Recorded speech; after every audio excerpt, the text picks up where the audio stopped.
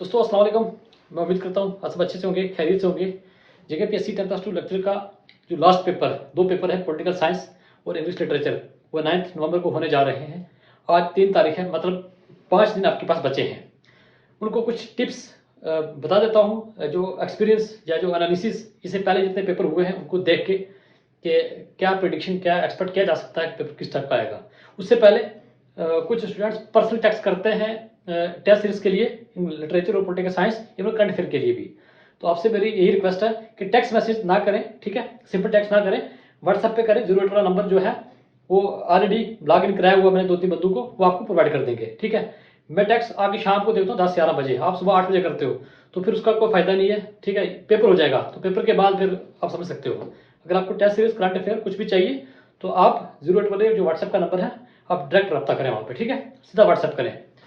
जो paper political science और English literature का होने जा रहा है, जो इससे पहले जितने भी पेपर आए हैं, हिस्ट्री को लेके, इकोनॉमी को लेके जितने पेपर आए हैं, ऑलमोस्ट पेपर जो है वो बेसिक पूछे जा रहे हैं, ठीक है। कहीं भी आप वो रिसर्च लेवल का पेपर नहीं आ रहा, ना कहीं भी नेट लेवल का पेपर आ रहा। इवन जेकेपीएससी के खुद के PYQ वो रिपीट हो रहे हैं, ठीक है। और आप लोगों को जो आपने पढ़ा है, जो अभी आप रिवर्स सुन रहे हो इधर से कि पेपर लीक हो गया है, पेपर ऐसा हो गया है, पेपर इस टाइप का आएगा, पेपर टफ आएगा, कुछ कह रहे हैं ये आएगा, कुछ कह रहे हैं वो आएगा, तो ऐसा कुछ नहीं है। जो आपने पढ़ा है, अपना सेल्फ बिलीफ रखें अपने आप। सेल्फ डाउट तो होता है लास्ट के टाइम पे, लेकिन सेल्फ बिलीफ बहुत जरूरी है, ठीक है ना। ये लास्ट के टाइम पे आप ये जो 5-6 दिन आपके पास बचे हैं, इन दिनों में जो भी आपके पास टेस्ट हैं, जो भी टेस्ट सीरीज जो भी है आपके पास यूनिट वाइज आपके सिलेबस के अकॉर्डिंग है, आप उनको अटेम्प्ट करिए। आप उनको देखिए कि क्वेश्चन कहाँ फंसते हैं, जेकेपीएससी कहाँ फंसाती है, क्वेश्चन किस टाइप के आते हैं, कहाँ पे ट्रिक की बन सकते हैं, कहाँ से हम एलिमिनेशन मेथड से क्वेश्चन को सॉल्व कर सकते हैं। जो आप पहले आप प्रैक्टिस करके जाओगे तो आपके लिए काम आसान रहेगा। पढ़ के तो सारे जाते हैं, है ना, पढ़ के तो सब जाते हैं, लेकिन फिर भी पेपर में सिली मिस्टेक कर देते हैं। तो ऐसा नहीं करना है। ये अभी आपके पास 5 डेज हैं, 5 डेज में हो सके आपने सिलेबस के अकॉर्डिंग, जो आपके जेकेपीएससी का पैटर्न उसके हिसाब से जो भी टेस्ट आपके पास पड़े हैं, जो भी हैं, आप वो जरूर लगाएं, ठीक है, जरूर लगाएं। 5 दिन बहुत होते हैं, अगर एक दिन में आप 2 टेस्ट भी लगाएंगे ना तो काफ़ी, आप उसी को एनालिसिस करें, कोई जरूरत नहीं रिविजन करने की, ठीक है। जो पढ़ा है पढ़ लिया, काफ़ी है। बस टेस्ट पे ज़्यादा फोकस करें, उससे आपको फ़ायदा ये होगा कि आप जो भी ट्रिकी क्वेश्चन होंगे आप उसको ईजी आइडेंटिफाई कर पाएंगे, नंबर 1। नंबर 2, जो गलत ऑप्शन होंगे, जो एलिमिनेशन होने वाले होंगे, आप उसको आराम से कर पाएंगे। कोई अगर गलत स्टेटमेंट आ रही है तो आपको उसको ईजिली आइडेंटिफाई कर पाएंगे, ये आपको फ़ायदा होगा। तो 2 घंटे के अंदर आपको पेपर करना है। ये पहले से डिसाइड करके नहीं जाना है कि मुझे इतने अटैम्प्ट करने हैं, ये आपको पेपर देख के ही डिसाइड करना है कि मुझे कितने अटैम्प्ट करने हैं।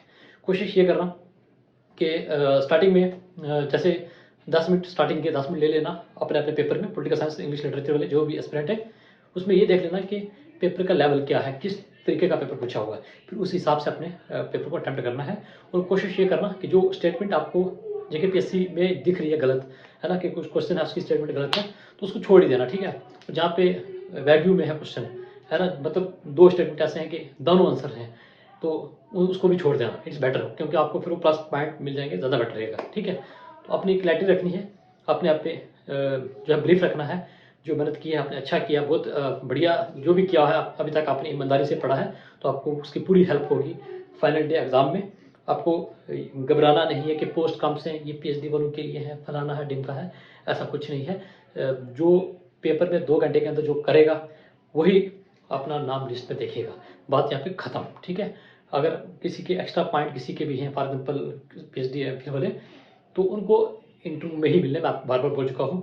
ये स्ट्रेस और लास्ट के टाइम पे उसने बोल दिया पेपर बिक गया, इसने बोल दिया टफ आएगा, ना ये मैं कह रहा हूँ, ना ये मैं एक्सपेक्ट कर सकता, ना और कह सकता। हाँ, एक चीज़, जब आप एनालिसिस करते हो खुद पेपर की, अभी तक जितने भी पेपर लेक्चर के, सबसे टफ पेपर आने के चांसेस मैथमेटिक्स, केमिस्ट्री के थे, इवन फिजिक्स के भी, लेकिन वहाँ पे भी पेपर आप देख लो कैसा पेपर है ना। तो उसके यहाँ से आपको अंदाज़ा, एक आइडिया लग गया है कि पेपर आपका फैक्चुअल और बेसिक रहेगा, ठीक है। यह बात जरूर ध्यान रखें, ठीक है। पॉलिटिकल साइंस के जो कुछ डेट्स जो आपकी ऑर्गेनाइजेशन जो स्पेसिफिक मेंशन है सिलेबस में, आप उसको पक्का करके जाना।